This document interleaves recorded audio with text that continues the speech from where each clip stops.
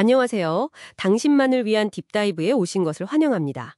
오늘은 보내주신 그 미국 파트너십 세금 분석 자료, 이걸 좀 깊게 파볼 건데요. 특히 한국 투자자분들 입장에서 꼭 알아야 할 세 가지 핵심 거래 유형이 있잖아요. 네, 있죠. 자산 출자, 그리고 분배, 또 지분 매각. 이 세 가지죠. 맞습니다. 이 세 가지 경우에 세금 문제가 어떻게 되는지 오늘 콕 집어서 알아보겠습니다. 목표는 그거죠. 파트너십의 그 이중과세 회피, 그러니까 통과과세라는 장점은 살리면서. 그렇죠. 동시에 숨어있는 어떤 세금 폭탄, 이런 건 피하는 방법을 찾는 거. 네, 바로 그겁니다. 자, 그럼 바로 시작해볼까요? 첫 번째, 파트너십의 비연금 자산을 출자하는 경우부터 보죠. 예를 들어서 시세가 막 오른 부동산을 파트너십에 넘길 때 당장 양도세를 안 내도 된다는 점, 이게 아주 큰 매력이잖아요. 네, 맞아요. 그게 IRC 섹션 721 규정인데 초기 자본 모을 때 확실히 유리하죠. 근데 이게 듣기에는 완전 면세처럼 들릴 수도 있는데, 정말 그런가요? 그거 좋은 지적이신데요. 이게 면세는 아니고요. 정확히는 이연입니다. 이연이요? 네, 세금이 없어지는 게 아니라 그냥 나중으로 미뤄지는 거죠. 여기서 이제 중요한 개념이 취득가액, 영어로는 베이시스라고 하는데요. 이게 뭐랄까, 세금 계산할 때 쓰는 투자 원가 같은 거라고 보시면 돼요. 아, 투자 원가요? 네, 그래서 출자한 자산의 원래 그 취득가액이 있잖아요. 그게 당신의 파트너십 지분 가치, 이걸 외부 취득가액이라고 하고요. 그리고 또 파트너십이 그 자산을 가지게 되니까 파트너십 내부 장부상의 자산 가치, 이건 내부 취득가액이라고 하는데 이 양쪽에 그대로 따라갑니다. 승계되는 거죠. 아하, 그럼 그 가치가 그대로 넘어간다.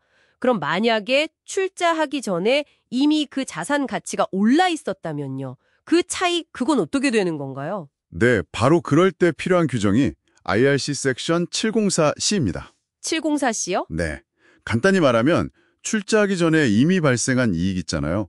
그걸 이제 내재 이익이라고 부르는데 나중에 혹시 파트너십이 그 자산을 팔게 되면 그 내재 이익 부분은 원래 그 자산을 출자했던 당신에게 우선적으로 배분해서 과세한다. 이런 규정이에요. 아, 그럼 나중에라도 세금을 내긴 내는 거네요. 그렇죠. 그리고 여기서 파트너십 계약서에 어떤 배분 방식을 쓰기로 정하느냐, 이게 또 파트너들 간의 세금 부담을 가르는 되게 중요한 전략 포인트가 될 수 있습니다. 그렇군요. 또 주의할 점이 있을까요? 부채가 있는 자산을 출자할 때요. 이것도 좀 조심해야 하는데요. 만약에 그 자산에 딸려 넘어가는 부채 금액이 원래 그 자산의 취득가액보다 더 크다. 네. 그러면 그 차익만큼은 출자하는 시점에 바로 과세될 수도 있습니다. 이게 섹션 752 관련 규정인데 이것도 은근히 놓치기 쉬울 함정이죠. 와, 복잡하네요. 자, 그럼 이제 두 번째, 파트너십에서 자산을 분배받는 경우로 넘어가 볼까요? 이때는 현금이 아닌 자산을 받으면 보통은 당장 세금을 안 낸다고 들었어요. 섹션 731이었죠? 네, 맞습니다. 일반 법인에서 배당받는 거랑 비교하면 확실히 유리한 점이죠. 근데 여기도 또 뭔가 함정이 있겠죠. 네, 당연히 있습니다. 일단 분배받는 돈이 현금일 경우인데요. 여기서 현금에는 부채가 줄어드는 효과 같은 것도 포함되거든요.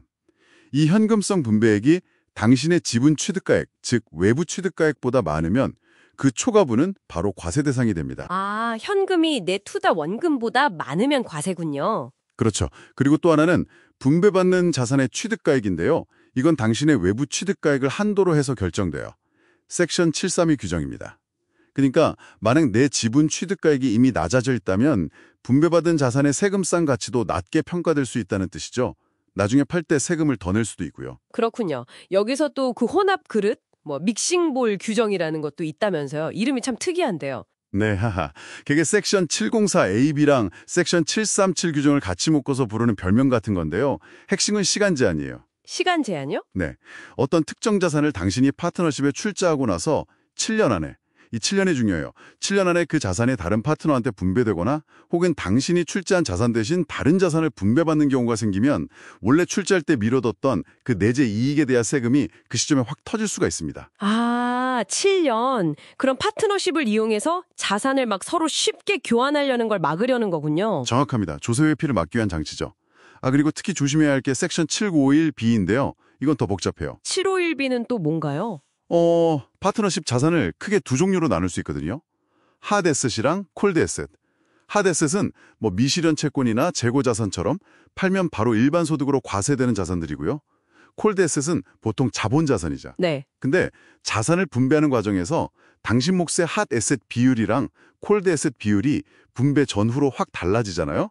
그러면 원래는 세금 없는 분배였는데 이게 갑자기 과세되는 자산 교환으로 취급될 수가 있어요. 교환이요. 네, 아니요. 그래서 그 예선치 못하게 일반 소득세 폭탄에 맞을 수도 있는 이건 정말 위험한 규정 중 하나입니다. 이야, 정말 알아야 할 게 많네요. 자, 그럼 마지막으로 파트너십 지분을 파는 경우, 매각하는 경우를 보겠습니다. 이건 보통 주식 하는 것처럼 자본자산 매각으로 본다고 했죠. 섹션 741. 그럼 1년 이상 가지고 있다 팔면 장기 자본 이득으로 낮은 세율 적용 가능성도 있고. 네, 기본적으로는 그게 맞습니다. 장기 보유하면 유리할 수 있죠. 하지만 여기서도 예외가 있어요. 아까 말씀드린 그 핫 에셋, 이게 또 등장합니다. 섹션 751A 규정인데요. 아, 또 핫 에셋이요? 네, 지분 매각 대금 중에서 파트너십이 가지고 있는 핫 에셋에 해당하는 부분, 특히 과거에 감가상각 처리해서 비용으로 인정받았던 그런 부분에 해당하는 금액은요, 자본 이득이 아니라 일반 소득으로 과세가 됩니다. 그럼 양도차익이 전부 낮은 세율을 적용받는 게 아니군요. 그렇죠. 겉으로 보이는 양도 차익이랑 실제로 세금 내고 남는 돈이 생각보다 크게 차이 날 수 있다는 거죠. 그럼 반대로 지분을 사는 사람 입장에서는 뭘 중요하게 봐야 할까요? 사는 사람 입장에서는 정말 중요한 게 있습니다. 바로 IRC 섹션 754 선택, 일렉션이라는 건데요. 754 선택. 네, 파트너십이 이 754 선택을 해주면요. 지분을 새로 산 당신은 파트너십이 가지고 있는 내부 자산들에 대한 본인 몫의 취득가액 있잖아요. 이걸 당신이 실제로 지분 산 가격 수준으로 상향 조정, 즉 스텝업 받을 수가 있어요. 이게 섹션 743B 조정입니다. 스텝업. 그럼 나중에 파트너십 자산에서 발생하는 감가상각비를 더 많이 공제받을 수도 있고 또 나중에 그 자산을 팔 때 내야 할 세금이 줄어들 수도 있겠네요. 와, 이건 진짜 협상할 때 꼭 챙겨야 하는 거네요. 정확합니다. 바로 그거예요. 이 스텝업은 당신이 비싼 돈 주고 지분을 산 그 경제적 현실하고 세금 처리 결과를 일치시켜주는 아주 중요한 장치거든요. 그래서 지분 인수 계약할 때 파트너십이 이 754 선택을 꼭 해주도록 요구하는 게 정말 중요합니다. 그리고 참고로 이렇게 제3자한테 지분을 파는 거 말고 파트너십 자체에다가 지분을 되파는 식으로 탈퇴하는 방법도 있어요. 이걸 섹션 36 상환 리뎀션이라고 하는데 세금 처리 방식이 또 달라서 이것도 전략적으로 고려해 볼 수 있습니다.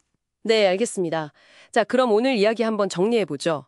미국 파트너십은 분명 자산 출자할 때나 분배받을 때 세금 이연 혜택이 있어서 매력적인데 네, 그건 그렇죠.